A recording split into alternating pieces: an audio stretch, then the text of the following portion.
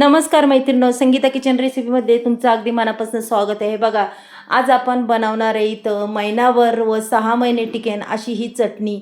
ओल्या मिरच्या, ओला लसूण, अगदी शेतातला ओला लसूण ह्या मैत्रिणींनो, खरंच वास आहे एवढा भारी आहे. आणि ह्या ओल्या मिरच्या, मग चला आज ही बनवूया चमचमीत झणझणीत चटणी. पहा बरं कशी. इथं पूर्ण मी असे देठं काढून घेते पहा मिरच्याचे ह्या. आणि मैत्रिणींनो, ही मिरची पाहूनच तोंडाला पाणी सुटणं अशी ही मिरची होणार आहे पहा. अगदीच 6 महिने टिकेन आणि कधी बी घेऊन खाता येईन अशी ही मिरची होणार आहे पहा. इथं संपूर्ण आपण मिरच्यांची ही नाका अशी खुडून घ्यायची, पाहू शकता तुम्ही.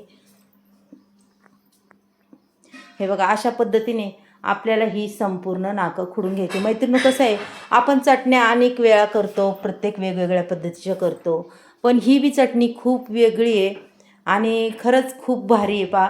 मिरच्या बी कशा लाल जरत आहे, जास्त तिखट बी नाही बरं का, की मिरची माणूस आवडीने खाणार. ही मिरची एवढी भारी होणार आहे.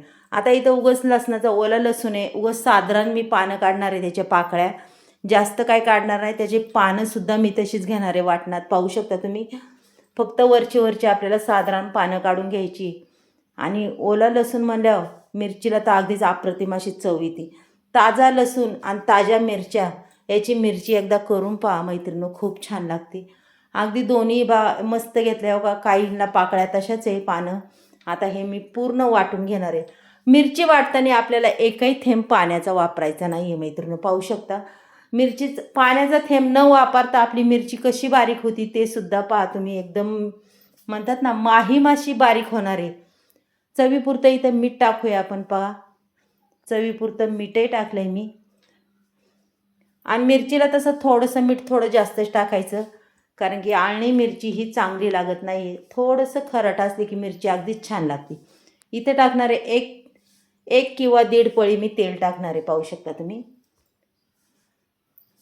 आणि या तेलामध्येच, एवढ्याच तेलामध्ये आपली मिरची अगदी मस्त अशी माहीम वाटून घ्यायची पहा.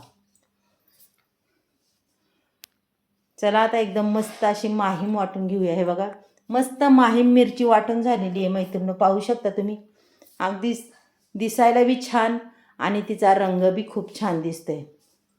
आणि तुम्ही जेवढा लसूण घालसाल ना, तुमची मिरची तेवढीच छान लागणार आणि टिकणार बी, पाहू शकता तुम्ही. इथं मस्तपैकी हे बघा, एकदम माहीम अशी झालेली आहे पहा.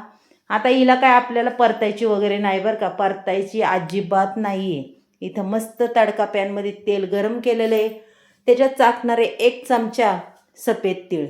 अगदी छान असा कडक तडका बसणारे पहा. मस्त धूर निघालाय आणि मिरची ही हलवून घ्यायची पहा.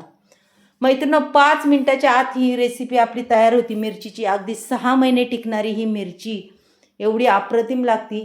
एकदा करून पहा, खरंच खाऊन पहा मैत्रिणी कशी. हे बघा, पूर्ण तेल मी ओतून दिलं आहे, मस्तपैकी तडका बसलेला याला छानपैकी. आता ही मिरची कशी ठेवायची, की मिरची आपली 6 महिने तर टिकायला तर पाहिजे, मग ती कशी ठेवायची, मग चला तेही दाखवते तुम्हाला पुढं. की पुढं आपल्याला काय करायचं आहे पहा बरं. मिरचीचा रंग पहा काय सुंदर दिसेल, त्याच्यात ते सफेद तीळ. वा, मिरची मोठी कमालीची झालेली आहे. मग आता आपण हे करूया बघा, मिरची आपल्याला कशी ठेवायची हे मी तुम्हाला दाखवणार आहे.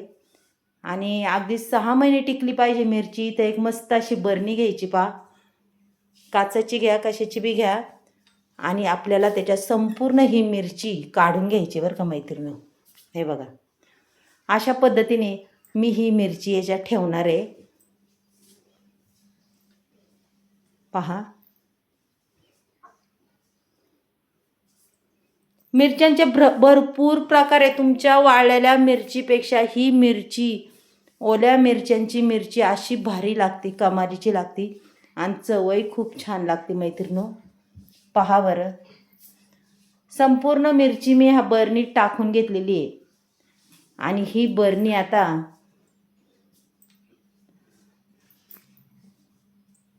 अशी बघा पॅक करून ठेवायची. 1 छोटा चमचा ठेवा त्याच्यात आणि पॅक करून. नाही तर चमचा नाही ठेवला तरी चालेल, उलट चमचा ठेवू नका, कारण की चमच्याला काय होतं, गंज वगैरे येतो. आणि मिरची आपली या डब्यात ठेवायची, जशी लागन तशी.